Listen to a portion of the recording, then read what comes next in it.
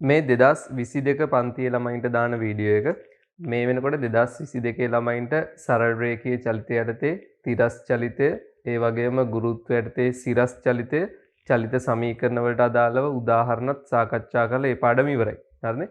එතකොට මම අන්තිමට දාපු වීඩියෝ එකේ කිව්වා අපි දැන් අලුත් පාඩමක් තමයි පටන් ගන්න යන්නේ. චලිත සමීකරණ ඉවරුනාට පස්සේ අපි ප්‍රක්ෂිප්ත වලට යන්නේ කියලා. හරි?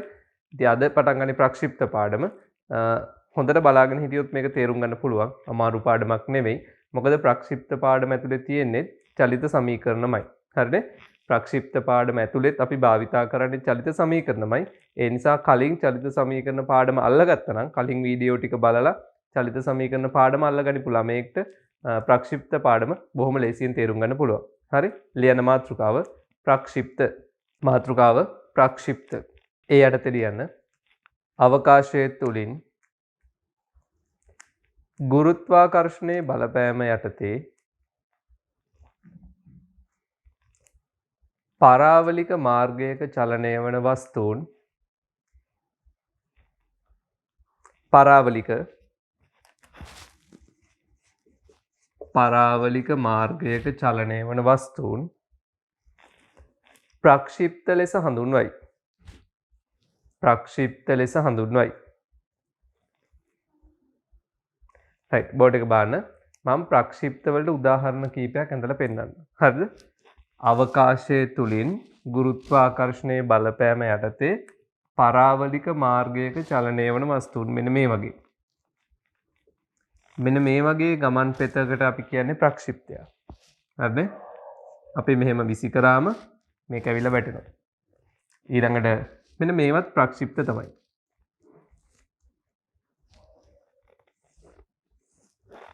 අපි මේ වගේ ඉහළ පිහිටීමක ඉඳන් විසි කරොත් ඔය වගේ වැටෙනවා. ප්‍රක්ෂිප්තය. ඊට පස්සේ මෙන්න මේවත් ප්‍රක්ෂිප්ත විදිහට ගන්නවා අපි.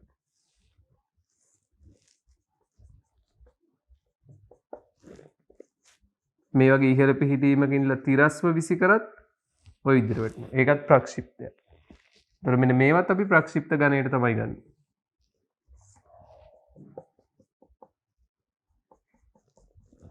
පහළ පිහිටීමක ඉඳන් විසි කරනවා. ඔවත් ප්‍රක්ෂිප්ත. හරිද? අපි තිරස් මට්ටමක ඉඳන් අපි සමතල පොළොවක ඉඳන් විසි කරනවා. ප්‍රක්ෂිප්ත. ඉහළ මට්ටමක ඉඳන් පහළට විසි කරනවා. ඉහළ මට්ටමක ඉඳන් තිරස්ව විසි කරනවා. පහළ මට්ටමක ඉඳන් ඉහළට විසි කරනවා.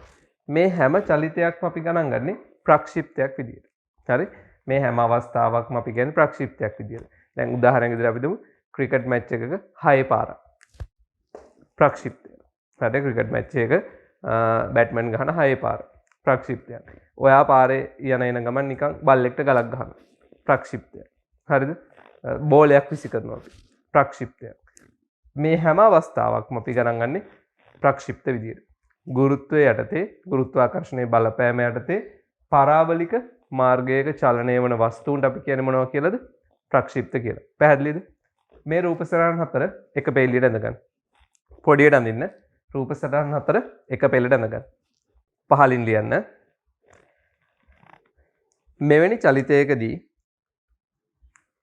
මෙවැනි චලිතයකදී වස්තුව මත අවට වාතයෙන් වාත ප්‍රතිරෝධී බලයක් ක්‍රියාත්මක නොවේ නම් වස්තුව මත ක්‍රියාත්මක වන්නේ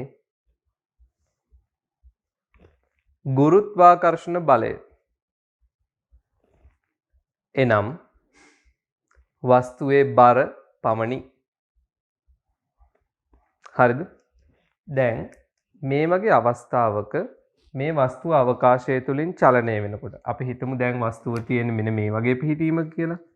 මේ වගේ පිහිටීමක ඉන්නකොට එයාට අවට වාතයෙන් ප්‍රතිරෝධී බලයක් ලැබෙන්නේ නැත්නම් එයාට තියෙන එකම බලය තමයි එයාගේ බර. ගුරුත්වාකර්ෂණ බලය එයාගේ බර විතරයි එයාට බලයක් විදිහට ක්‍රියාත්මක වෙන්නේ. පැහැදිලිද? එතකොට අවට වාතයෙන් ප්‍රතිරෝධී බලයක් නැහැ කියලා හිතුවොත් ගුරුත්වාකර්ෂණයේ බලපෑම යටතේ තමයි මේ වස්තුව චලනය වෙන්නේ. හරිනේ? අවට වාතයෙන් ප්‍රතිරෝධී බලයක් නැහැ කියලා හිතුවොත් ගුරුත්වාකර්ෂණයේ බලපෑම යටතේ තමයි වස්තුව චලනය වෙන්නේ. පැහැදිලිද? කොහොමත් අපි මේ පාඩමේදී වාතයෙන් ප්‍රතිරෝධී බලයක් නැහැ කියලා හිතලා තමයි සියලුම ගණනය කිරීම කරන්නේ. ඒ වගේම ගැටලු විසඳන්නේ වාතයෙන් ප්‍රතිරෝධී බලයක් නැහැ කියලා උපකල්පනය කරලා. ඒකත් මතක තියාගන්න. හරිද? අපි ඒකත් ලියමු. මෙහෙම ලියන්න. එසේම මෙම පාඩමේදී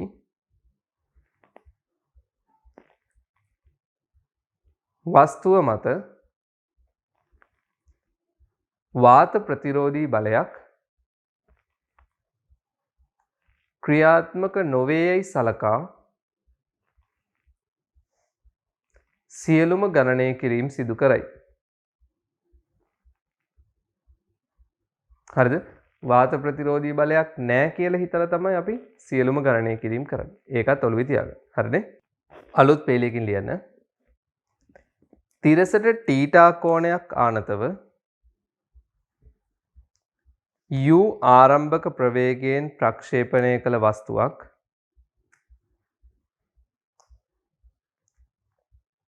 පහත රූපයේ දැක්වෙන පරිදි පරාවලික මාර්ගයක චලනය වී නැවත ආරම්භක තිරස් මට්ටමට ළඟා වේ යයි සිතමු. හොඳට අහගන්න. මෙන්න රූපය හොඳේ. අපි තිරසට තීටා කෝණයක්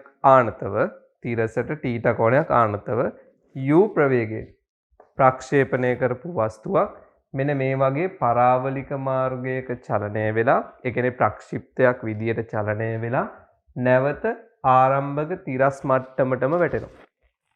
හරිද? නැවත ආරම්භක තිරස් මට්ටමටම වැටෙනවා. පැහැදිලිද? රූපය අඳින්න. right. යටින් ලියන්න මෙහෙම. ඉහත සටහන දෙස බැලූ විට පෙනී යන්නේ වස්තුව සිරස් දිශාවට සහ තිරස් දිශාවට සිරස් දිශාවට සහ තිරස් දිශාවට හරිද? සිරස් දිශාවට සහ තිරස් දිශාවට එකවර චලනය වන බවයි.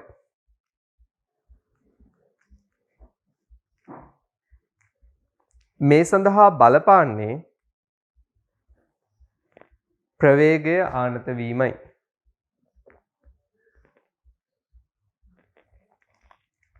මෙහි චලිතය වඩාත් හොඳින් අධ්‍යයනය කිරීම සඳහා ආරම්භක ප්‍රවේගය විභේදනය කරමු. ආරම්භක ප්‍රවේගය විභේදනය කරමු. ආරම්භක ප්‍රවේගය විභේදනය කරමු. හරිද? right. මේ කියන ටික හොඳට අහගෙන ඉන්න. දැන් මේ සටහන බැලුවාම පේනවා මේ වස්තුව උඩටත් යනවා. ඉහළට ගිහිල්ලා. ආයෙ වැටෙන බව ඇත්ත. නමුත් ඉහළටත් ගිහිල්ලා තියෙනවා. ගිහිල්ලා තමයි වැටෙන්නේ. ඒ වගේම තිරස් දිශාවටත් චලනය වෙනවා. එතකොට මෙයා එකවර සිරස් දිශාවටත් යනවා, තිරස් දිශාවටත් යනවා. දිශා දෙකටම එකවර චලනය වීම වෙනවා. උඩටත් යනවා, තිරසටත් යනවා. හරිද? ඒ නිසා මේකේ චලිතය හොඳින් අධ්‍යයනය කරන්න අපට ලේසිම ක්‍රමය තමයි මේ ප්‍රවේගයේ විභේදනය කිරීම. හරිද? දැන් ඇත්තටම මේ විදිහට දෙපැත්තටම චලනය වෙන්න හේතුව තමයි ප්‍රවේගය ආනත වීම. දැන් ප්‍රවේගය හිතන්න තිරස් වුණා නම්, ප්‍රවේගයේ තිරස් වුණා නම් මේ පැත්තට විතරයිනේ යන්නේ. ප්‍රවේගයේ තිරස් වුණා නම් මේ පැත්තට විතරයි යන්නේ. උඩට යන්න බෑනේ. ප්‍රවේගයේ සිරස් වුණා නම් අපි දන්නවා ගුරුත්වය යටතේ සිරස් චලිතය. ඉහළට විතරයිනේ යන්නේ. තිරසට යන්නත් බෑනේ. ප්‍රවේගයේ තිරස් වුණා නම් තිරස්ව පමණයි චලනය වෙන්නේ. සිරස්ව යන්නේ නැහැ. ප්‍රවේගයේ සිරස් වුණා නම් සිරස්ව පමණයි යන්නේ. තිරසට යන්නත් බෑ. හැබැයි ප්‍රවේගය ආනත වුණොත් තිරසටත් යන්න පුළුවන්, සිරසටත් යන්න පුළුවන්. එහෙනම් මේ දිශා දෙකඩම එකවර චලනය වීමට හේතුව තමයි ප්‍රවේගය ආනත වීම. ඒ නිසා චලිතය හොඳින් තේරුම් ගන්න නම් අපි මුලින්ම කරන්න ඕන මේ ප්‍රවේගය විභේදනය කිරීම. විභේදනය අලුත් කොටසක්. හරිනේ? මේ විභේදනය කියන එක අපි කලින් උගන්වලා නැහැ. මම දැන් පොඩ්ඩක් උගන්වනවා විභේදනය චුට්ටක් කියලා දෙනවා. ඒ කියන්නේ මේ පාඩමට අවශ්‍ය ප්‍රමාණය පමණක් කියලා දෙනවා. මේ විභේදනය කියන මාතෘකාව ආයෙත් උගන්වනවා චලිත ප්‍රස්ථාර පාඩමෙන් පස්සේ. හරිනේ? විභේදනය කියන පාඩම ආයෙත් උගන්වනවා චලිත ප්‍රස්ථාර පාඩමෙන් පස්සේ. මම අදට පොඩ්ඩක් උගන්වනවා මේ පාඩමට අවශ්‍ය ටික විතරක්. හරිද? අපි ලිව්වේ අන්තිමට විභේදනය කරමු. එතනම වරහන් ඇතුළේ ලියන්න. එතනින්ම වරහන් ඇතුළේ ලියාගන්න. විභේදනය යනු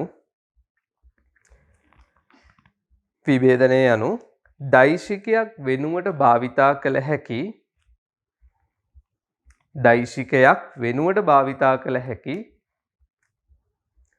තවත් දෛශික සංරචක දෙකක් සෙවීමයි. වරහන් වහගන්න. හරිද? වරහන් ඇතුළේ ලිව්වේ විභේදනය යනු දෛශිකයක් වෙනුවට භාවිතා කළ හැකි තවත් දෛශික සංරචක දෙකක් සෙවීමයි. දැන් නිකන් ඔක්කොම තේරෙන්නේ නැහැ වගේ. පොඩ්ඩක්වත් කලබල වෙන්න එපා. හරියට කියලා දෙන්නම් විභේදනය මොකද්ද කරන්නේ මොකද්ද කියලා. විභේදනය කරලා තමයි අපි මේ ප්‍රක්ෂිප්තයේ චලිතය තේරුම් ගන්නේ. විභේදනය කියන්නේ දෛශිකයක් වෙනුවට භාවිතා කළ හැකි තවත් දෛශික සංරචක දෙකක් සෙවීම. දැන් ඒක කරන්නේ කොහොමද කියලා මම හොඳට කියලා දෙනවා. අද හැබැයි කියලා දෙන්නේ සම්පූර්ණ විභේදනයේ පාඩම නෙමෙයි. විභේදනයේ පාඩමෙන් චුට්ටක් කියලා දෙනවා. මේ පාඩමට අවශ්‍ය ටික විතරයි අද කියලා දෙන්නේ. හරිනේ? අලුත් පේලියකින් යන මේ විදිහට තිරසට තීටා කෝණයක් ආනතව පිහිටි u ප්‍රවේග දෛශිකය පහත පරිදි විභේදනය කරමු.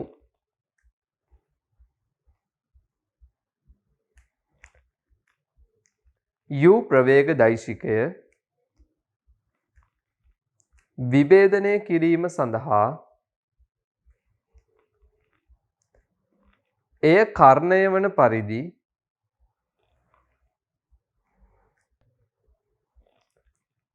u ප්‍රවේග දෛශිකය විභේදනය කිරීම සඳහා එය කර්ණය වන පරිදි ඍජුකෝණී ත්‍රිකෝණයක් නිර්මාණය කරමු. බෝඩ් එක බලන්න. හරි? දැන් අපි ළඟ තියෙනවා u කියන ප්‍රවේග දෛශිකය. මේක දෛශිකයක් විශාලත්වයක් සහ දිශාවක් තියෙනවා. මේ ප්‍රවේග දෛශිකය තිරසට තීටා කෝණයක් ආනතයි. අපි කරන්නේ ප්‍රවේග දෛශිකය කර්ණය වන විදියට ඍජුකෝණී ත්‍රිකෝණයක් අඳිනවා. බලන්න මේක ප්‍රවේග දෛශිකය කර්ණය වන පරිදි ඍජුකෝණී ත්‍රිකෝණයක් අඳිනවා. මම මේක ගන්නම් A B C. එතකොට මේ ඍජුකෝණී ත්‍රිකෝණය ABC කර්ණය වෙන්නේ ප්‍රවේගය. හරිනේ? කර්ණය ප්‍රවේගය. මෙතන කෝණය තමයි තීටා. දැන් මට මේ ඍජුකෝණී ත්‍රිකෝණයට අදාළව sin θ ලියන්න පුළුවන්. sin θ කියන්නේ සම්මුඛ පාදය බෙදීම කර්ණය. සම්මුඛ පාදයේ BC. කර්ණය අපි දන්නවා. කර්ණය තමයි ප්‍රවේග දෛශිකය u. මොකද අපි කර්ණය ප්‍රවේග දෛශිකය වන පරිදි තමයි නිර්මාණය කරේ. ඕගොල්ලන්ට දෛශික පාඩම පොඩ්ඩක් උගන්වලා ඇති. එතකොට කර්ණයේ විශාලත්වය තමයි ප්‍රවේග දෛශිකය u. එහෙනම් අපිට AB වෙනුවට දාන්න පුළුවන් u. එතකොට එන්නේ මම මේ පෙළියෙන් ලියන්නම් sin θ සමානයි BC බෙදීම u. හරස් අතර ගුණ කරොත් u sin θ සමානයි BC. පැත්ත මාරු කරොත් BC සමානයි u sin θ. හරිද? ඔය විදිහටම මට පුළුවන් ලියන්න cos θ. cos θ කියන්නේ බද්ධ පාදය බෙදීම කර්ණය. එතකොට අපි දන්නවා කර්ණය u. හරිද? කර්ණය u. හරස් අතර ගුණ කරොත් u cos θ AC. මම පැත්ත මාරු කරන්නම් AC සමානයි u cos θ. හරි? AC සමානයි u cos θ කියලා. මුලින් මේ ටික ලියාගන්න. හරිද? දැන් යටින් ලියන්න මෙහෙම u cos theta හා u sin theta යනු u ප්‍රවේග දෛශිකය වෙනුවට භාවිතා කළ හැකි දෛශික සංරචක දෙක වේ. එබැවින් ඒවා විභේදන සංරචක ලෙස හඳුන්වයි. හරිද? හොඳට බලන්න. දැන් අපි හොයාගත්ත BC මෙන්න මේක කීයද BC u sin theta. ඊළඟට අපි හොයාගත්ත AC මෙන්න මේ පැත්ත u cos theta. එහෙනම් u sin theta u cos theta කියන්නේ මේ u කියන ප්‍රවේග දෛශිකයේ වෙනුවට භාවිතා කළ හැකි සංරචක දෙක.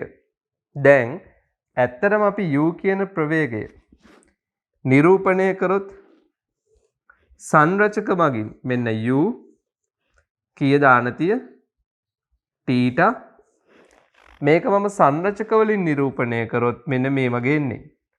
u සර්ව සමයි මේ පැත්තට u cos theta u sin theta මේ පැත්තට u sin theta මේ පැත්තට. ତර u cos theta තිරස් u sin theta සිරස්. මෙන්න මේ u cos theta සහ u sin theta තමයි අපි විභේදන සංරචක කියලා හඳුන්වන්නේ. තර u කියන දෛශිකය වෙනුවට theta කෝණයක් ආනත u දෛශිකය වෙනුවට භාවිතා කළ හැකි සංරචක දෙක තමයි u cos theta u sin theta. තර මෙයා වෙනුවට මේ දෙක පාවිච්චි කරන්න පුළුවන්. මේ සංරචක දෙක එකිනෙකට ලම්බකයි. හරිනේ? සංරචක දෙක එකිනෙකට ලම්බකවයි පිහිටයි. එකක් තිරස් අනිත් එක සිරස්. පැහැදිලිද? ඔයා මේකත් ලියා ගන්න. ඊට පස්සේ අලුතෙන් මේකත් අඳගන්න.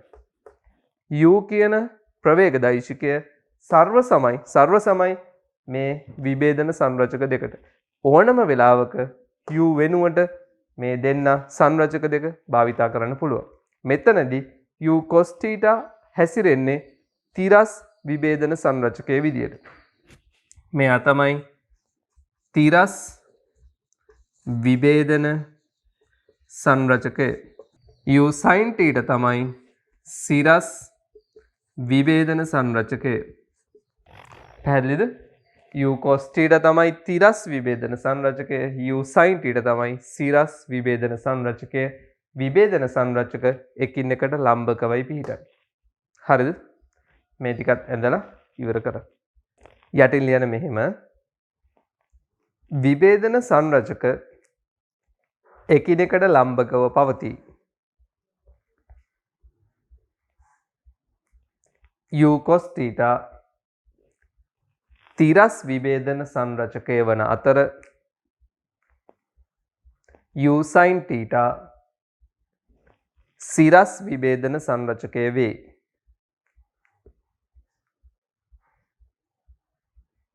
ප්‍රවේගය විභේදනය කිරීමෙන් පසු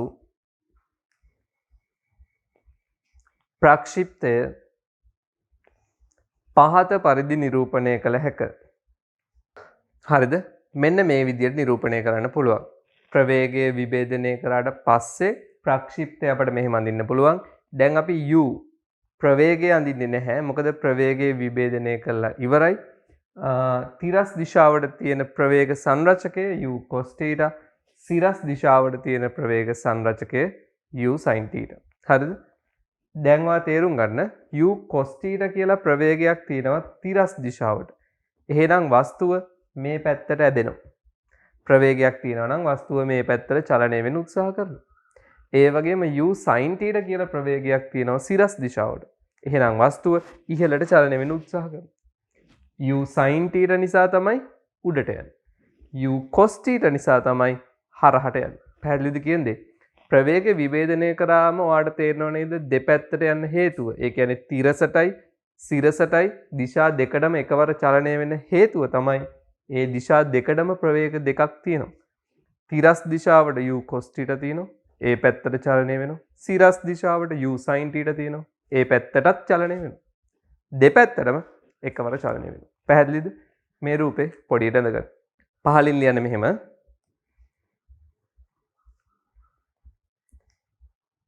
u cos theta තිරස් ප්‍රවේග සංරචකය මගින් u cos theta තිරස් ප්‍රවේග සංරචකය මගින් වස්තුව තිරස් දිශාවට චලනය කරන අතර u sin theta සිරස් ප්‍රවේග සංරචකය මගින් වස්තුව සිරස් දිශාවට චලනය කරයි.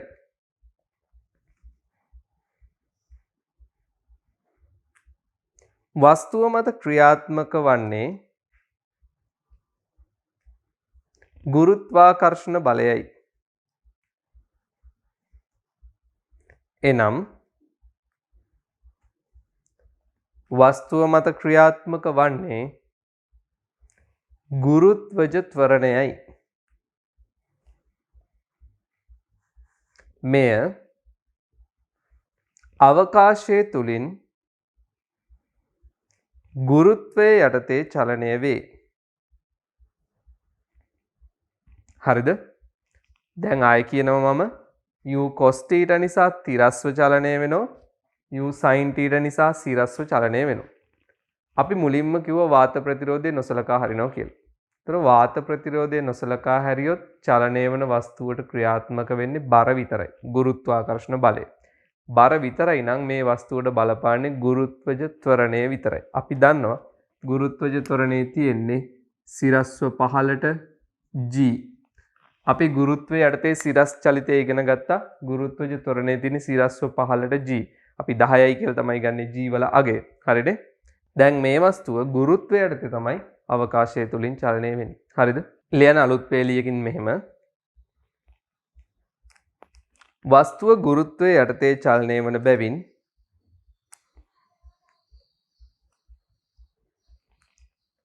එය සිරස්ව ඉහළට චලනය වන විට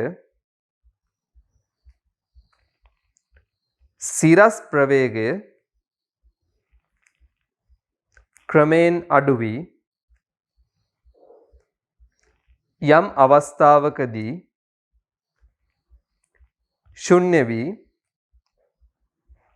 නැවත පහළ දිශාවට වැඩි විය යුතුය. හොඳට අහගන්න මම ඒක පැහැදිලි කරන්නම්. වස්තුව චලනය වෙන්නේ ගුරුත්වය යටතේ. ගුරුත්වජ ත්වරණයේ තියෙන සිරස්ව පහළට. හරිනේ? ආරම්භක ප්‍රවේගයේ තියෙන සිරස්ව ඉහළට. එහෙනම් මේ සිරස්ව ඉහළට නම් ප්‍රවේගය තියෙන්නේ, සිරස්ව පහළට නම් ත්වරණය තියෙන්නේ. ඉහළට චලනය වෙනකොට ප්‍රවේගය ටික ටික අඩු වෙන්න ඕන. ත්වරණයේ තියෙන පහළට u sin theta ප්‍රවේගයේ තියෙන ඉහළට යනකොට ප්‍රවේගය ටික ටික අඩු වෙන්න ඕන. ත්වරණය පහළට නිසා. මේ විදිහට ප්‍රවේගය අඩු වෙලා කොයි අවස්ථාවකදී හරි සිරස් ප්‍රවේගයේ බිඳුවක් වෙන්න ඕන. අඩු වෙලා යම් අවස්ථාවකදී බිඳුවක් වෙනවා. බිඳුව වුණාට පස්සේ ආයෙ පල්ලෙහාට වැටෙන්න පටන් ගන්නවා. පල්ලෙහාට වැටෙනකොට ත්වරණේ තියෙන්නේ පල්ලෙහාට. එහෙනම් පහළට වැටෙනකොට එන්න ප්‍රවේගය මොකද වෙන්නේ? වැඩි වෙන්නත් ඕන. හරිනේ? ඉහළට යනකොට ප්‍රවේගය ටික ටික අඩු වෙනවා. හේතුව ත්වරණේ තියෙන්නේ පල්ලෙහාට. යම් අවස්ථාවකදී ප්‍රවේගය බිඳුවට එනවා. ඊට පස්සේ නැවත පහළට වැටෙනවා. පහළට වැටෙනකොට ප්‍රවේගය ක්‍රමයෙන් වැඩි වෙනවා. හරිද? ඒ විදිහට තමයි සිරස්ව චලනය වෙන්නේ.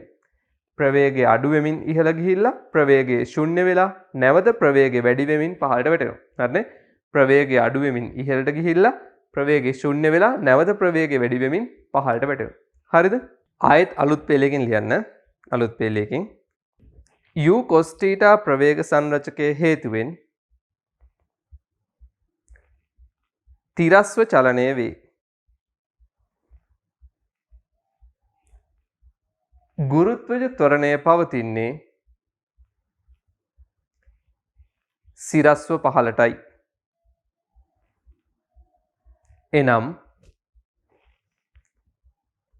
ත්වරණය u cos theta ප්‍රවේගයට ලම්බක වේ. එබැවින් u cos theta ප්‍රවේග සංරචකයට ත්වරණයේ බලපෑම එල්ල නොවේ. එම නිසා u cos theta ප්‍රවේග සංරචකය වෙනස් නොවේ. හරිද?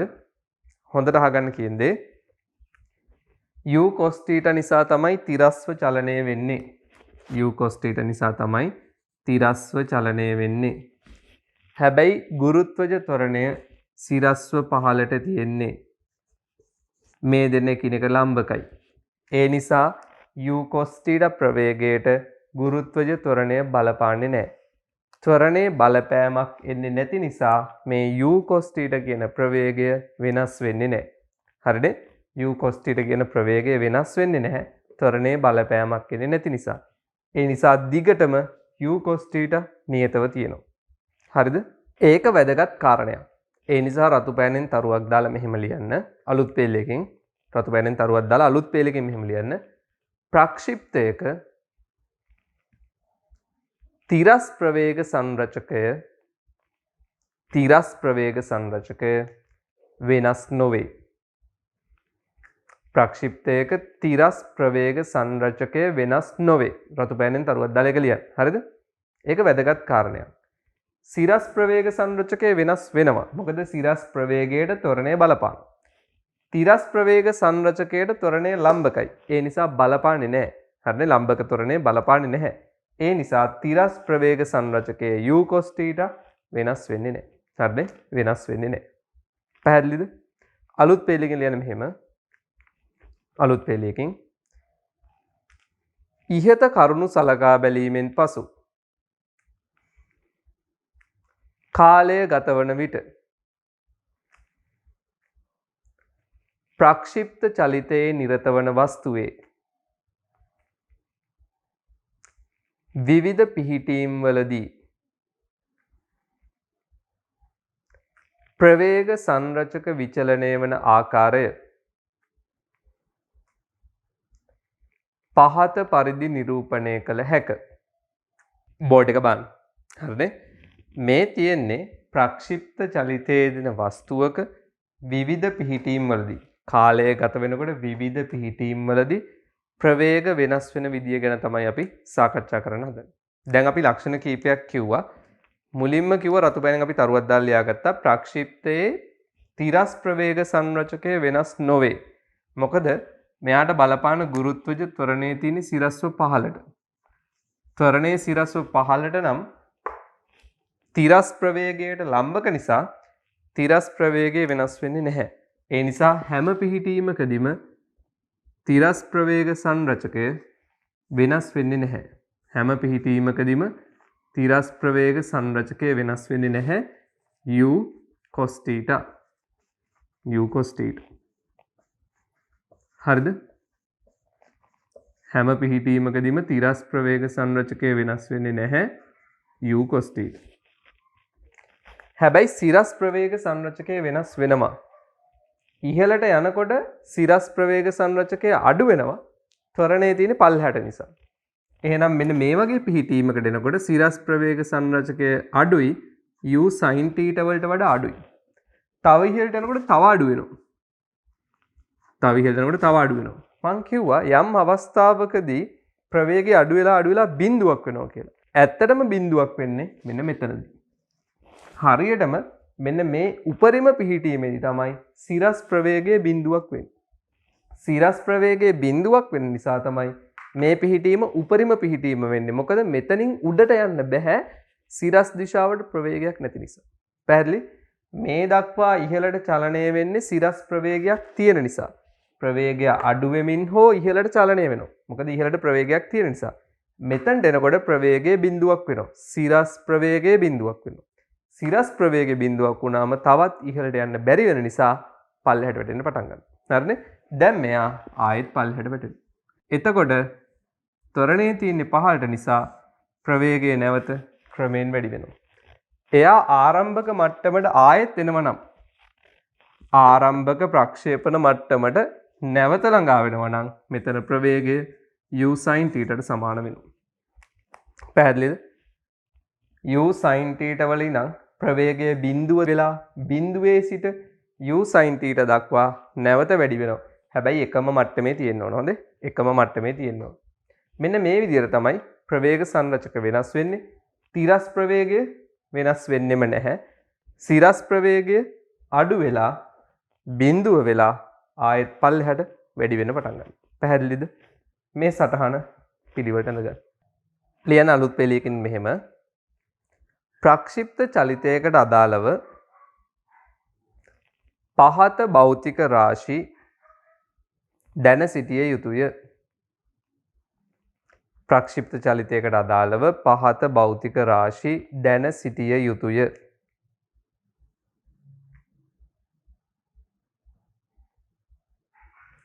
සටහන නගන්න. මෙන්න මේ භෞතික රාශිය අපි දැනගෙන ඉන්න ඕනේ. පළවෙනි එක කවුද U? U කියන්නේ ඇත්තටම ආරම්භයේ මේ වස්තුව විසිකරන ප්‍රවේගය. අපි මේකට කියන්නේ ප්‍රක්ෂේපණ ප්‍රවේගය. අපි මේකට කියන්නේ ප්‍රක්ෂේපණ ප්‍රවේගය. හරිද? ඊළඟට තීටා. තීටා තමයි ප්‍රවේගයේ ආනත කෝණය. ප්‍රවේගයේ තිරසට ආනත කෝණය. අපි ඒකට නමක් දෙනවා ප්‍රක්ෂේපණ කෝණය. ප්‍රක්ෂේපණ කෝණය. ඊළඟට අපි දැනගෙන ඉන්න ඕන H.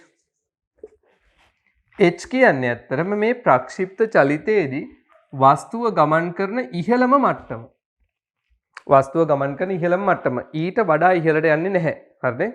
ඒක අපි කලින් පැහැදිලි කරත් ඊට වඩා ඉහළට යන්නේ නැත්තේ මොකද? එතෙන්දී සිරස් ප්‍රවේගයේ බිඳුවක් වෙනවා. සිරස් ප්‍රවේගයේ බිඳුවක් වෙන නිසා තවදුරටත් ඉහළට යන්න බැරි වෙනවා. එහෙනම් මේක තමයි එයා ගමන් කරන ඉහළම මට්ටම. අපි H ට කියන්නේ උපරිම උස. උපරිම උස. ඊළඟට අපි දැනගෙන ඉන්න ඕනේ මෙන්න මේ R. කවුද R? R කියන්නේ ආරම්භක පිහිටීමට සාපේක්ෂව තිරස් දිශාවට ගමන් කළ දුර. ආරම්භක පිහිටීමට සාපේක්ෂව තිරස් දිශාවට සිදු කළ විස්ථාපනය. අපි R ට කියන්නේ තිරස් පරාසය. තිරස් පරාසය. තිරස් පරාසය. හරිද? ඔයිට අමතරව අපි තව එක දෙයක් දැනගෙන ඉන්න ඕන. මේ වස්තුව චලනය වෙනකොට යම්කිසි කාලයක් අවකාශය තුල රැඳිලා ඉන්නවා. එයා අවකාශය තුල යම්කිසි කාලයක් රැඳී සිටිනවා. ඒ කියන්නේ අවකාශයේ තුලින් මේ ප්‍රක්ෂිප්ත චලිතය සම්පූර්ණ කිරීමට යාට යම්කිසි කාලයක් ගත වෙනවා. අපි හිතමු කැපිටල් T කාලයක් කියලා. ඒ චලිතය සම්පූර්ණ කිරීමට නැත්නම් එයා චලිතය සඳහා ගත කරන කාලය, එයා අවකාශය තුලින් චලනය වන කාලය, එහෙම නැත්නම් එයා ගුවනේ රැඳී සිටි කාලය අපි කියන්නේ පියාසර කාලය. පියාසර කාලය. පැහැදිලිද? එයා අවකාශයේ රැඳී සිටි කාලය, එහෙම නැත්නම් ගුවනේ රැඳී සිටි කාලය අපි කියන්නේ පියාසර කාලය. ඔන්න ඔය ටික දැනගෙන ඉන්න ඕන. ප්‍රක්ෂේපණ ප්‍රවේගය, ප්‍රක්ෂේපණ කෝණය, උපරිම උස, තිරස් පරාසය සහ පියාසර කාලය. හරිද? සටහන සම්පූර්ණ කරගන්න. දැන් අපි බලමු කිසියම් ප්‍රක්ෂිප්ත චලිතයකට අදාළව මේ දේවල් හොයන්නේ කොහොමද කියලා. ඒ කියන්නේ සමහර විට අපි දන්නවා ප්‍රක්ෂේපණය කරපු ප්‍රවේගය කීයද කියලා දන්නවා. ප්‍රක්ෂේපණය කරපු කෝණය දන්නවා. අපෙන් අහනවා උපරිම උස කීයක් ගියාද? තිරස් පරාසය කීයද? කොච්චර කාලයක් එයා ගුවනේ රැඳී සිටියාද? අන්න ඒ වගේ ප්‍රශ්න අහනවා. හරිනේ? ඒතර ප්‍රක්ෂිප්තයට අදාළව මෙන්න මේ දේවල් අපි දැනගෙන ඉන්න ඕන. මෙතන භෞතික රාශි කීපයක් අපට දෙනවා. දීලා අහනවා මෙන්න මේවා කීයද? උපරිම උස කීයද? තිරස් පරාසය කීයද? පියාසර කාලය කීයද? ඔන්න ඔය වගේ ප්‍රශ්න තමයි අපෙන් අහන්නේ. හරිනේ? අපි දැන් බලමු මේ දේවල් හොයන්නේ කොහොමද කියලා. මම උදාහරණයක් අරගෙන පැහැදිලි කරන්නම්. හරිනේ? මම උදාහරණයකින් පැහැදිලි කරන්නම් මේ දේවල් කොහොමද හොයාගන්නේ කියලා.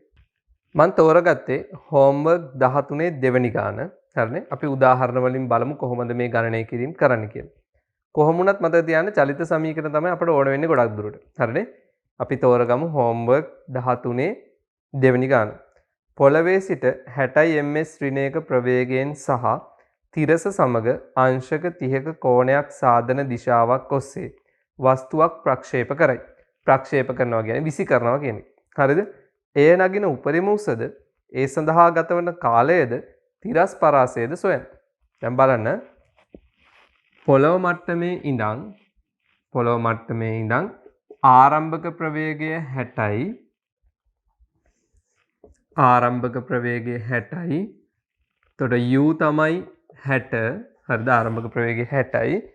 ඒ ප්‍රවේගයේ තිරස සමග සාධන කෝණය අංශක 30යි. කෝණය අංශක 30යි. ඔන්න ඔය විදිහට තමයි ප්‍රක්ෂේප කරන්නේ. දැන් ඒක ඇවිල්ලා මේ වගේ තැනකට වැටේවි. එතකොට අපෙන් අහනවා උපරිම උස කීයද? ඒ සඳහා ගතවන කාලය කීයද? තිරස් පරාසය කීයද? උපරිම උස කියන්නේ මෙන්න මෙතනට. අපි දමු h. උපරිම උස අපි සංකේත ගමු h. උපරිම උසට එන්න කොච්චර වෙලාවක් යනවද? උපරිම උසට එන්න, ඒ කියන්නේ මෙතන ඉඳන් මෙතනට එන්න. අපි හිතමු t කාලයක් ගත වෙනවා සිම්පල් t. ඊළඟට අහනවා තිරස් පරාසය කීයද?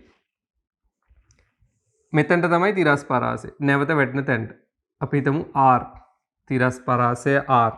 දැන් බලන්න ඔයාට මේ අහන දේවල් තේරෙනවද කියලා? ආරම්භක ප්‍රවේගය දීලා තියෙනවා. ප්‍රක්ෂේපණ ප්‍රවේගය 60යි. ms ඍණ 1.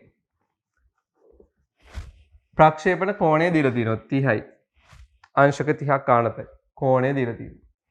උපරිම උස කීයද අහනවා? h. උපරිම උසට එන්න කොච්චර වෙලාවක් යනවද අහනවා? උපරිම උසට එන්න. හරිනේ? තිරස් පරාසය කීයද අහනවා? දැන් අපි මේක එකින් එක ගණනය කිරීම වලට යමු. හොඳට අහගන්න. ප්‍රක්ෂිප්ත ගණන් වල මුලින්ම කරන්න ඕන දේ තමයි ප්‍රවේගය විභේදනය කිරීම. ආරම්භක ප්‍රවේගය 60යි. ප්‍රක්ෂේපණ ප්‍රවේගය 60යි. කෝණය 30යි. විභේදනය කරනකොට ඔයාලට මතක නම් අපි සංරචක දෙකකට වෙන් කරනවා. තිරස් සංරචකය u cos theta, සිරස් සංරචකය u sin theta. විභේදනය කළා අපි මෙතනින්ම ලියාගමු. කීයද u? 60යි. එහෙනම් එන්නේ 60යි cos theta අංශක 30යි. අපි දන්නවා cos 30 මූල 3 බෙදීම 2යි. 30යි මූල 3යි. ඔන්න u cos theta. 30යි මූල 3යි. හරිද? මේක සුළු කරන්න u sin theta. ඉහළට සුළු කරන්නම් මං u 60යි. sin theta 30යි. sin 30 භාගයයි. sin 30 භාගය. එහෙනම් සුළු කරාම එන්නේ 30යි. පැහැදිලිද? තිරස් ප්‍රවේග සංරචකයේ සුළු කරාම එනවා 30යි මූල 3ක්. සිරස් ප්‍රවේග සංරචකයේ සුළු කරාම එනවා 30ක්. හරිද? එතකොට මේ දේවල් දැනගෙන ඉන්න ඕන. u cos theta කීයද? 30යි මූල 3යි. u sin theta කීයද? 30යි. අපි මේ දෙක හිතේ තියාගෙන තමයි ඉදිරියට යන්නේ. මුලින්ම කරන්න ඕනේ මේක. ප්‍රවේගයේ විභේදනය කිරීම. හරිද? ප්‍රවේගයේ විභේදනය කළ ඉවර නම්. හරිනේ? අපිට පුළුවන් ඊළඟ පියවරට යන්න. අපෙන් අහනවනේ උපරිම උස කීයද කියලා. ඇත්තම කියනවා නම් උපරිම උස එන්නේ මෙන්න මෙතනදීනේ. උපරිම උස මේක තමයිනේ ඉහළම පිහිටීම. එතනින් උඩට යන්න බැරි ඇයි? හේතුව තමයි මෙතනට එනකොට සිරස් ප්‍රවේගයේ බිඳුවක් නිසා. එහෙනම් අපි දන්නවා මෙන්න මේ පිහිටීමේදී සිරස් ප්‍රවේගයේ බිඳුවයි කියලා. එහෙනම් අපිට පුළුවන් මේ චලිතයට අදාළව චලිත සමීකරණ පාවිච්චි කරන්න. මොකද මේක ගුරුත්වයට තමයි චලිතයේ සිද්ධ වෙන්නේ. සිරස්ව පහළට ගුරුත්වජ ත්වරණය තමයි තියෙන්නේ. ගුරුත්වජ ත්වරණයේ නියතගයක්. අපට පුළුවන් චලිතයට අදාළව චලිත සමීකරණ භාවිතා කරන්න. හොඳට බලන්න මම කරන දේ මම උපරිම උස දක්වා ආරම්භයේ සිට උපරිම උස දක්වා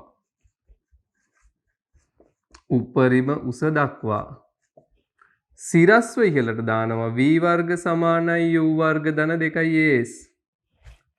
උපරිම උස දක්වා සිරස්ව ඉහළට දානවා v වර්ග සමානයි u වර්ග ධන 2as. එතකොට මං සලකන්නේ සිරස් චලිතයේ විතරයි. සමීකරණ දාන්නේ සිරස් දිශාවට විතරයි. හරිද? ඒ වගේම සමීකරණ භාවිතා කරන්නේ ආරම්භයේ සිට උපරිම උස දක්වා පමණයි.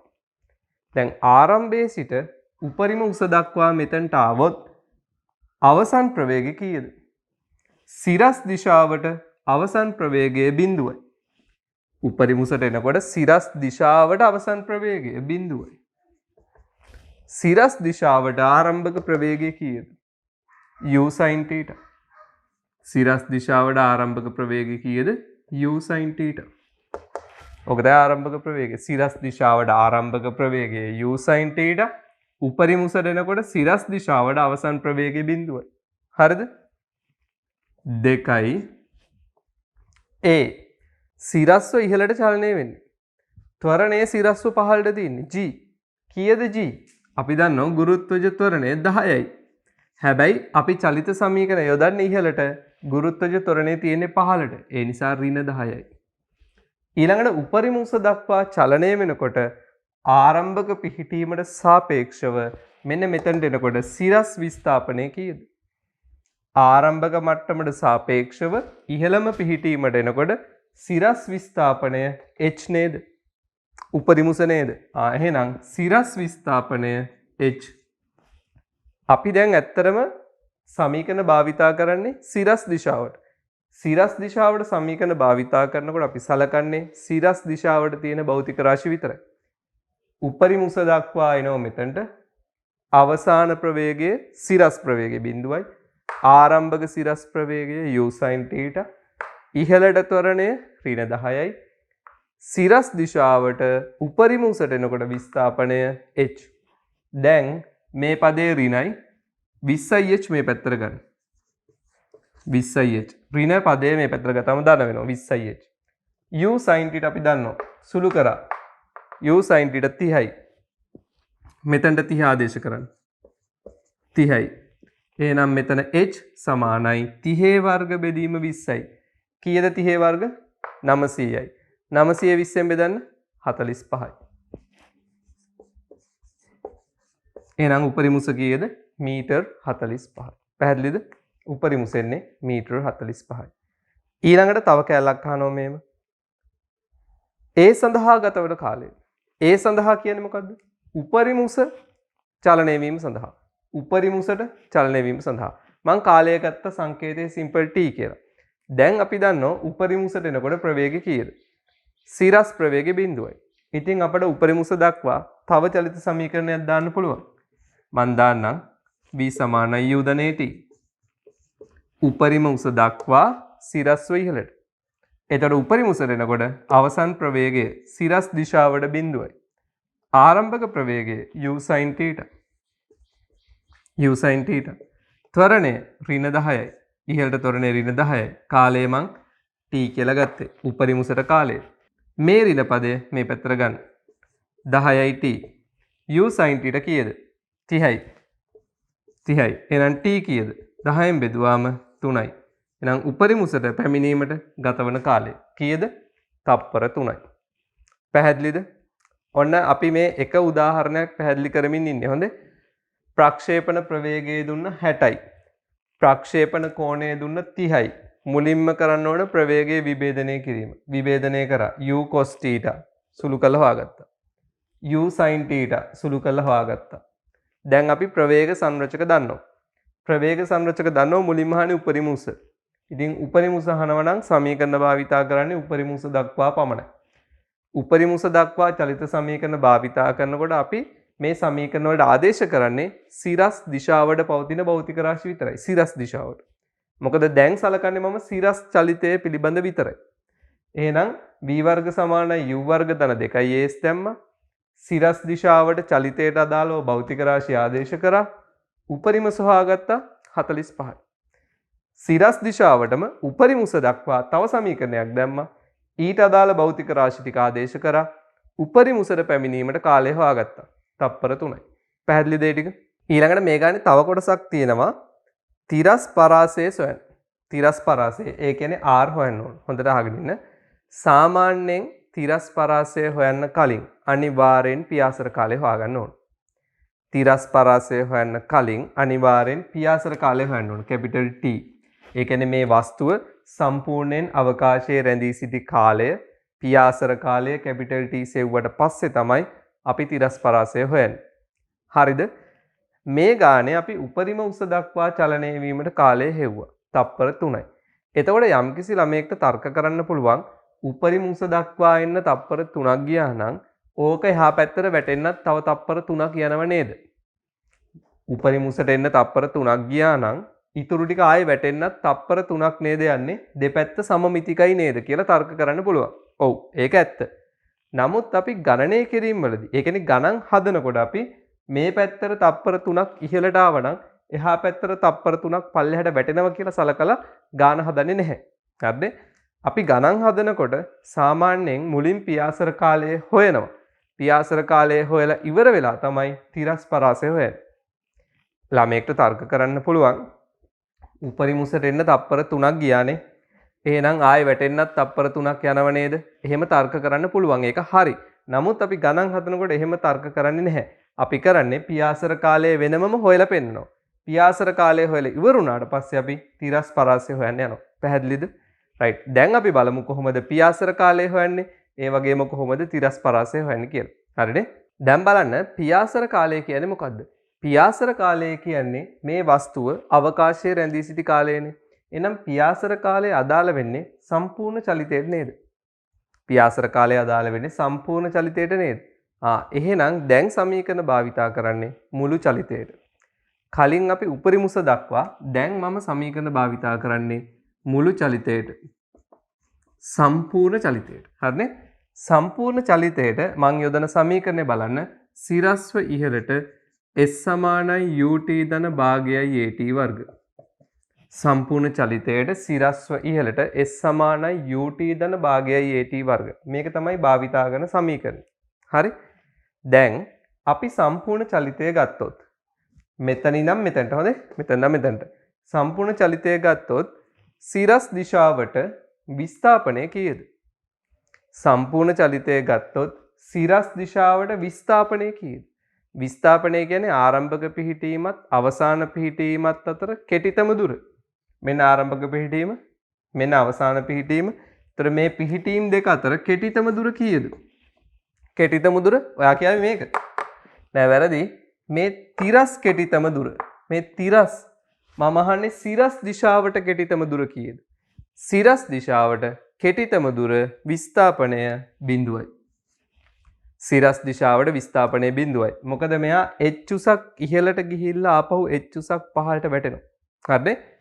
ඉහළට ගිහිල්ලා ආයේ පහළට වැටෙනවා. නැවත ආරම්භක මට්ටමටම වැටෙනවා. එහෙනම් සිරස් දිශාවට විස්ථාපනය බිඳුවයි. හරිනේ? දුර නෙමෙයි. සිරස් දිශාවට විස්ථාපනය බිඳුවයි. පැහැදිලිද ඒක? ආරම්භක ප්‍රවේගය කීයද? සිරස් දිශාවට ආරම්භක ප්‍රවේගය u sin θ. සිරස් දිශාවට ආරම්භක ප්‍රවේගය u sin θ. මුළු චලිතයට ගතවන කාලය කීයද? Capital T. භාගයයි ත්වරණය කීයද? ගුරුත්වයට තමයි සිරස්ව චලනය වෙන්නේ. ත්වරණයේ තියෙන සිරස්ව පහළට මං සමීකරණය යොදන්නේ සිරස්ව ඉහළට ඍණ 10යි. ඊළඟ කාලය කැපිටල් T වර්ග. පැහැදිලිද? සිරස් දිශාවට මුළු චලිතයට විස්ථාපනය බිඳුවයි. උඩට ගිහිලා ආයේ වැටෙනවා. ඒ මට්ටමටම එනවා. විස්ථාපනය බිඳුවයි. u sin θ තමයි ආරම්භක සිරස් ප්‍රවේගය. කැපිටල් T තමයි පියාසර කාලය. ඉහළට සමීකරණ දාන්නේ. ත්වරණය පහළට තියෙන්නේ ඍණ 10යි t වර්ග. දැන් ආදේශ කරමු. u sin θ 30යි.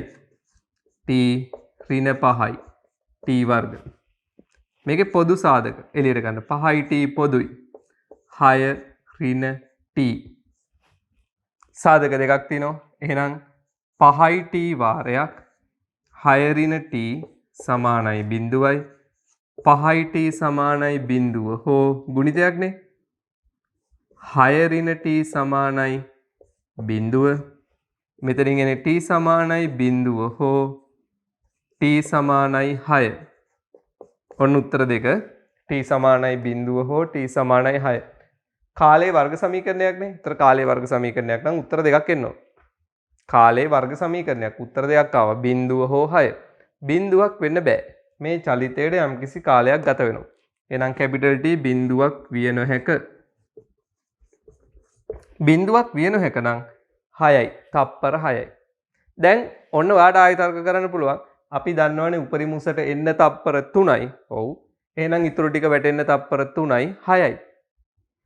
උඩට එන්න 3යි පල්ලෙහාට වැටෙන්න 3යි 6යි. ඔව් ඒක ඇත්ත. මං කලිනුත් කිව්වේ ඒක ඇත්ත. නමුත් අපි ඒ විදිහට නෙමෙයි ගන්න හදන්නේ. මේ විදිහට හදනවා නම් හොඳයි. හරිනේ? මේ විදිහට ගන්න හදනවා නම් හොඳයි. මුළු චලිතයට සිරස්ව ඉහළට සමීකරණයක් දාලා පියාසර කාලය හොයන්න t එන්නේ තප්පර 6යි. පැහැදිලිද? දැන් අපි පියාසර කාලය දන්නවා. මුළු චලිතයට ගත වෙන කාලය දන්නවා. හරිනේ? දැන් අපි පියාසර කාලය දන්න නිසා t තප්පර 6යි කියලා දන්න නිසා අපිට පුළුවන් මුළු චලිතයට තිරස් දිශාවට චලිත සමීකරණ දාන්න. තිරස් දිශාවට. මොකද අපි තව එක දෙයක් හොයන්න ඕනේ. ඒ තමයි තිරස් පරාසය. තිරස් පරාසය හොයන්න නම් තිරස් දිශාවට සමීකරණ දාන්න ඕනේ. මෙන්න ආරම්භක පිහිටීම, මෙන්න අවසාන පිහිටීම, තිරස් දිශාවට විස්ථාපනය R. තිරස් දිශාවට විස්ථාපනය R. ඔන්න ඕක තමයි තිරස් පරාසය. මුළු චලිතයට තිරස් පරාසය තමයි R. හරිද? ආරම්භක ප්‍රවේගය, තිරස් ප්‍රවේගය. මම සමීකරණ දාන්නේ දැන් තිරසට. ආරම්භක තිරස් ප්‍රවේගය. ආරම්භක තිරස් ප්‍රවේගය කීයද? u cos θ. u cos θ. ආරම්භක තිරස් ප්‍රවේගය කීයද? u cos θ. එතකොට u cos θ ආරම්භක තිරස් ප්‍රවේගය කීයද? මුළු චලිතයට ගත වන කාලය පියාසර කාලය t. ඊළඟට ඔන්න ආරම්භක තිරස් ප්‍රවේගය මුළු චලිතයට ගත වන කාලය භාගයයි ත්වරණය. ත්වරණය ඇත්තටම ත්වරණයේ තියෙන සිරස්ව පහළට. තිරස් දිශාවට ත්වරණයක් නැහැ. මොකද තිරස් දිශාවට බලයක් නැහැ. වස්තුව මත ක්‍රියාත්මක වෙන්නේ බර. බර කියන බලය තියෙන්නේ පහළට. ඒ නිසා ත්වරණයේ තියෙන්නේ පහළට. තිරස් දිශාවට බලයකුත් නැහැ, ත්වරණයකුත් නැහැ. තිරස් දිශාවට ප්‍රක්ෂිප්තයේ ත්වරණය බිඳුවයි. කාලය t වර්ග. දැන් ඇත්තටම මෙතන කාලය කීයක් වුණත් වැඩක් නැහැ. ත්වරණයේ බිඳුවක් නිසා මේ පදය සම්පූර්ණයෙන් බිඳුවයි. මේ පදය සම්පූර්ණයෙන් බිඳුවයි. පැහැදිලිද? එහෙනම් ආදේශ කරමු r u cos θ අපි හොයාගත්ත කලින් විභේදනය කරලා 30යි මූල 3යි. මේක හොයාගත්ත කලින් 30යි මූල 3යි. කාලය පියාසර කාලය තප්පර 6යි. එහෙනම් r එන්නේ තිරස් පරාසය 180යි මූල 3යි මීටර. 180යි මූල 3යි මීටර. දැන් කැමති ළමයෙක්ට මූල 3 ආදේශ කරලා තව දුරටත් සුළු කරන්න පුළුවන්. හරිනේ? මගෙන් කලිනුත් ළමයි ප්‍රශ්න අහලා තිබුණා සර් වර්ගමූල සුළු කරන්න ඕනද? වර්ගමූල සුළු කරාට කමක් නැද්ද එහෙම කියලා. ඇත්තටම වර්ගමූල සුළු කරන එක වඩාත් හොඳයි. හරිනේ? වර්ගමූල සුළු කිරීම වඩාත් හොඳයි. මම මේ වෙලාවේ එච්චර දුරට සුළු කිරීම වලට යන්නේ නැහැ. මම මේ මට්ටමින් නවත්තනවා. නමුත් ගණන් හදන්න උනන්දුවක් තියෙන ළමයි ඕගොල්ලෝ ගෙදරදී ගණන් හදනකොට මූල 3 ආදේශ කරලා ඉස්සරහට සුළු කරන්න අන්තිම උත්තරේ දශම ස්ථාන දෙකකට ලියනවා නම් හොඳයි. හරිනේ? අන්තිම උත්තරේ දශම ස්ථාන දෙකකට ලියනවා නම් හොඳයි.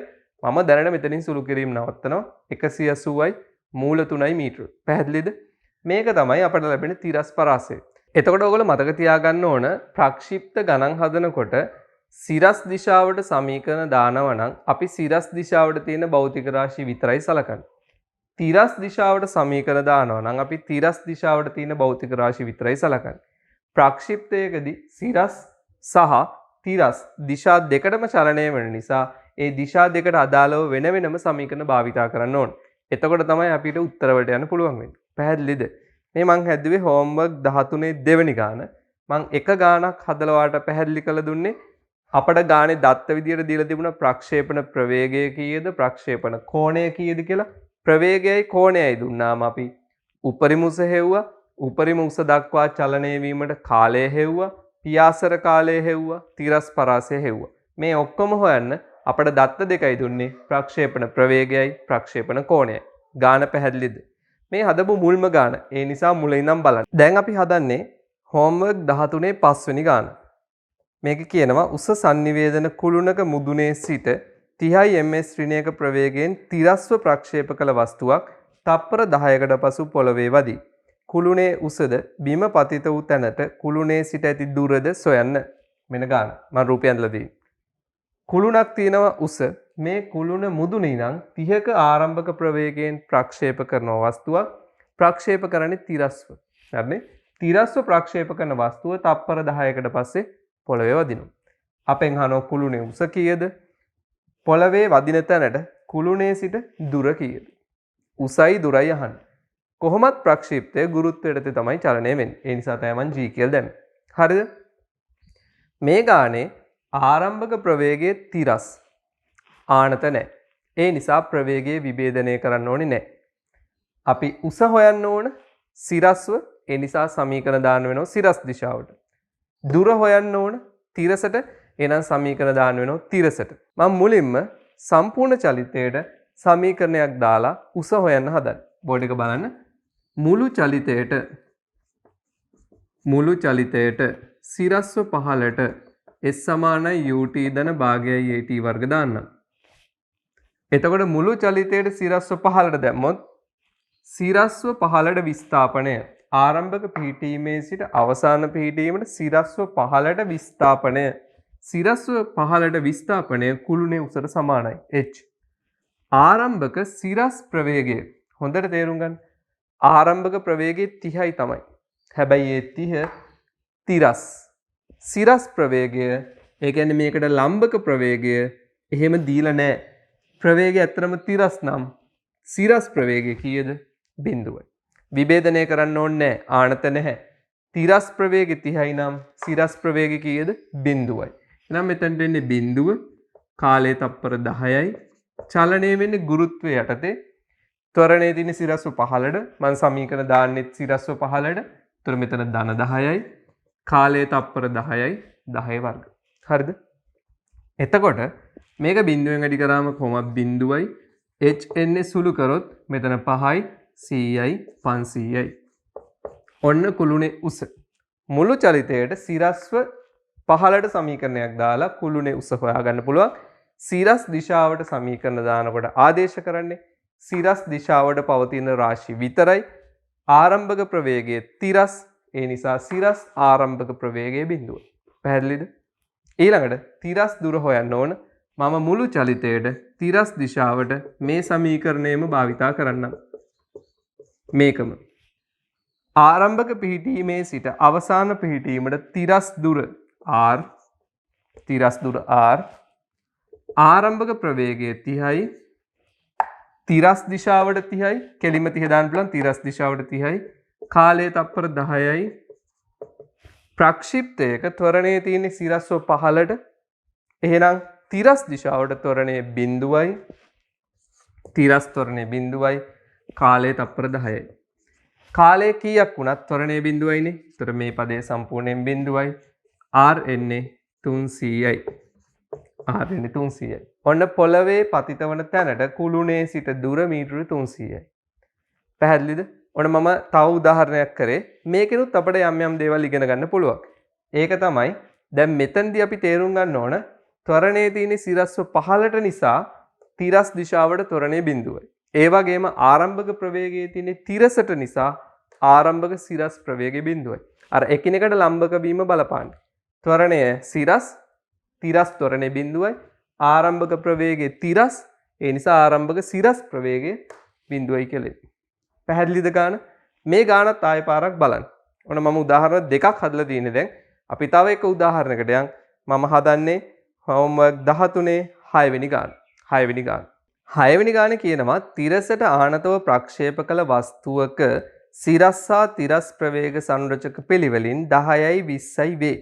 වස්තුවේ තිරස් පරාසය සොයන්න. තිරසට ආනතව ප්‍රක්ෂේප කළ වස්තුවක සිරස් හා තිරස්. සිරස් ප්‍රවේගය 10යි තිරස් එක 20යි. හරිනේ? සිරස් එක 10යි. සිරස් ප්‍රවේගය 10යි. තිරස් එක 20යි. හරිද? සිරස් හා තිරස් 10යි 20යි. දැන් තේරුම් ගන්න ප්‍රවේගය දීලා නැහැ. ප්‍රක්ෂේපණ ප්‍රවේගය දීලා නැහැ. ප්‍රක්ෂේපණ කෝණය දීලා නැහැ. ඒ ටික අවශ්‍යත් නැහැ. මොකද කෙලින්ම ප්‍රවේගය විභේදනය කරාට පස්සේ විභේදන සංරචක දෙක දීලා තියෙනවා. ඉතින් අපිට තවත් ලේසි. විභේදනය කරන්න දෙයක්වත් නැහැ. විභේදනය කරලා සංරචක දෙක කෙලින්ම දීලා තියෙනවා. හරිනේ? අපෙන් අහන්නේ මොකද්ද? තිරස් පරාසය සොයන්න. අපි දන්නවා තිරස් පරාසය කියන්නේ මෙන්න මේක. r. r හොයන්න ඕන. හැබැයි ඔයා තේරුම් ගන්න තිරස් පරාසය හොයන්න කලින් මුලින්ම අපි පියාසර කාලය හොයන්න ඕන. t. පියාසර කාලය හොයලා තමයි අපි තිරස් පරාසයට යන්නේ. හරිනේ? එහෙනම් මුලින්ම පියාසර කාලය හොයන්න මුළු චලිතයට මම කලිනුත් මේක හදලා පෙන්නුවා. මුළු චලිතයට සිරස්ව ඉහළට s සමානයි ut ධන භාගයයි at වර්ග දාන්න. මේ වස්තුව නැවත ආරම්භක මට්ටමට වැටෙනවා නම් සිරස්ව ඉහළට විස්ථාපනය බිඳුවයි. ආරම්භක මට්ටමට නැවත වැටෙනවා නම් සිරස්ව ඉහළට විස්ථාපනය බිඳුවයි. ඒ මට්ටමටම නැවත වැටෙනවා. ආරම්භක සිරස් ප්‍රවේගය 10යි. එයා විභේදනය කළ සංරචක දීලා තිනවා 10යි. කාලය දන්නේ නැහැ. ත්වරණය ගුරුත්වය යටතේ තමයි චලිතය සිද්ධ වෙන්නේ. සිරස්ව 15ට 10යි. එහෙනම් ත්වරණය එන්නේ ඍණ 10යි. මං ඉහළට දාන්නේ සමීකරණ ත්වරණය පහළට තියෙන්නේ ඍණ 10යි. කාලය දන්නේ නැහැ. දැන් අපි මේක සුළු කරමු. බිඳුව 10යි t ඍණ 5යි t වර්ග 10යි t ඍණ 5යි t වර්ග. මෙතනින් අපිට 5යි t පොදු පදයේ විදිහට ගන්න පුළුවන් සාධකයේ 5යි t 2 ඍණ t. එහෙනම් මේ පැත්තට ගන්න 5යි t වාරයක් 2 ඍණ t සමානයි බිඳුව. එහෙනම් 5යි t සමානයි බිඳුව හෝ 2 ඍණ t සමානයි බිඳුව t සමානයි බිඳුව හෝ t සමානයි 2. දැන් අපි දන්නවා බිඳුවක් වෙන්න බෑ. යම්කිසි කාලයක් ගත වෙනවා. අපි මේ වගේම එකක් කලින් හැදුවා. කලින් උදාහරණෙත් මම පැහැදිලි කරා මුළු චලිතයට සමීකරණයක් දාලා කොහොමද පියාසර කාලය හොයන්නේ කියලා. බිඳුවක් වෙන්න බෑ. එහෙනම් පියාසර කාලය කීයද? තප්පර 2යි. දැන් අපට පුළුවන් තිරස් දිශාවට මුළු චලිතයට s සමානයි ut ධන භාගයයි at වර්ග දාන්න. මුළු චලිතයට තිරස් විස්ථාපනය r. හරි මුළු චලිතයට තිරස් විස්ථාපනය r. තිරස් ආරම්භක ප්‍රවේගය 20යි. තිරස් ආරම්භක ප්‍රවේගය 20යි. පියාසර කාලය 2යි. පියාසර කාලය 2යි. ත්වරණයේ තියෙන සිරස්ව 15ට g. මම ඒක ඇන්දේ නැහැ. ඔන්න දැන් ලිව්වා. ත්වරණයේ තියෙන සිරස්ව 15ට g.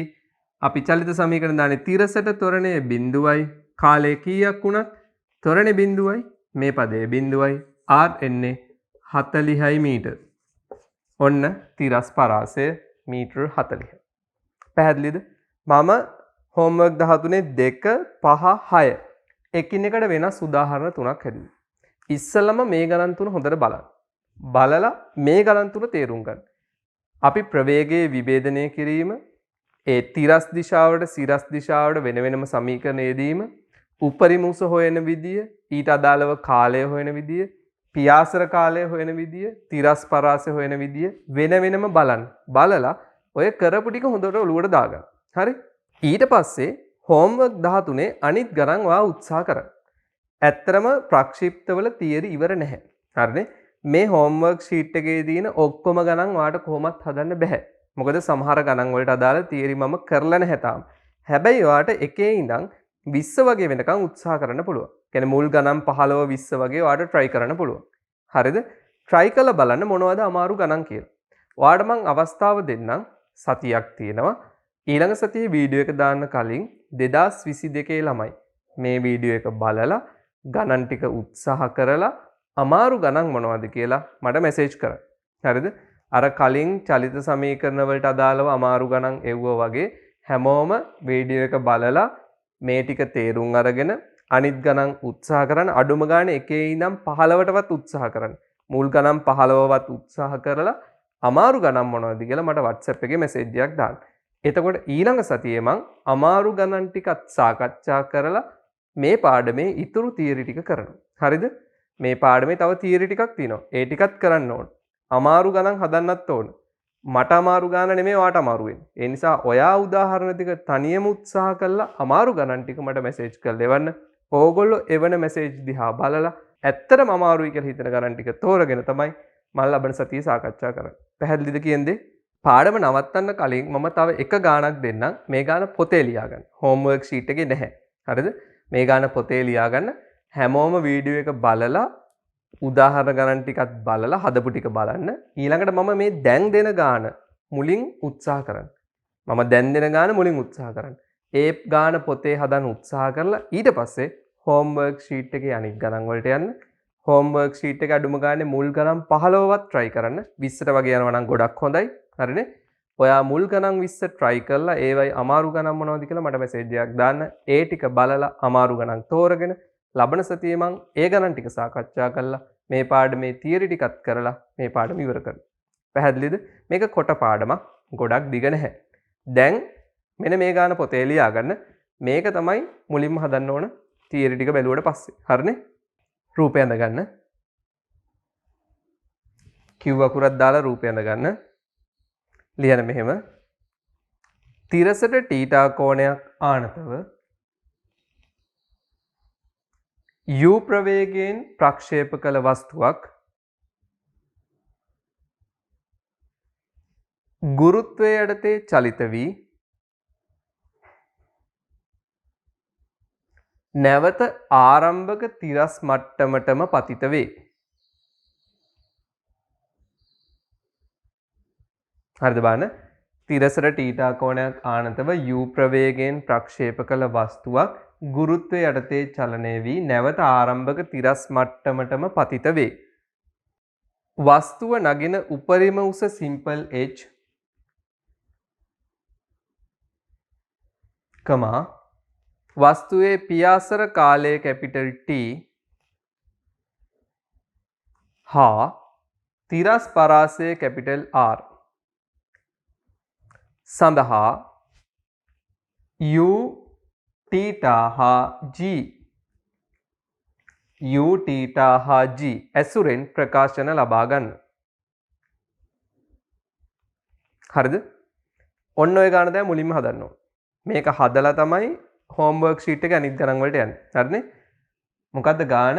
ප්‍රක්ෂේපණ ප්‍රවේගයේ u, ප්‍රක්ෂේපණ කෝණයේ θ, ගුරුත්වයට තේ චලනය වෙන්නේ ආරම්භක ප්‍රක්ෂේපණ මට්ටමට නැවත පතිත වෙනවා.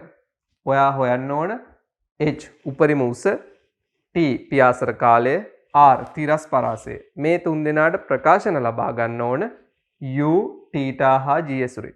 හරිද? ඔය ගාන හදලා අනිත් උදාහරණ වලට යන්න. එහෙනම් මම අදට පාඩම නවත්තනවා. අපි ප්‍රක්ෂිප්ත තමයි කර ඉන්නේ. මේ පාඩමේ තව තියරි ටිකක් තියෙනවා. උදාහරණ තව හදන්න ඕන. හැබැයි ඔයා උදාහරණ උත්සාහ කරන්න. අඩුම ගානේ homework sheet එකේ මුල් ගණන් 20වත් try කරන්න. අමාරු ගණන් මොනවද කියලා message කරන්න. ඔයා එවන අමාරු ගණන් බලලා හොඳ ගණන් ටික තෝරගෙන මම ලබන සතියේ සාකච්ඡා කරනවා. අපි ලබන සතියේ මේ පාඩමේ තියරි ඉවර කරමු. හරිද? එහෙනම් අදට පාඩම නවත්තනවා.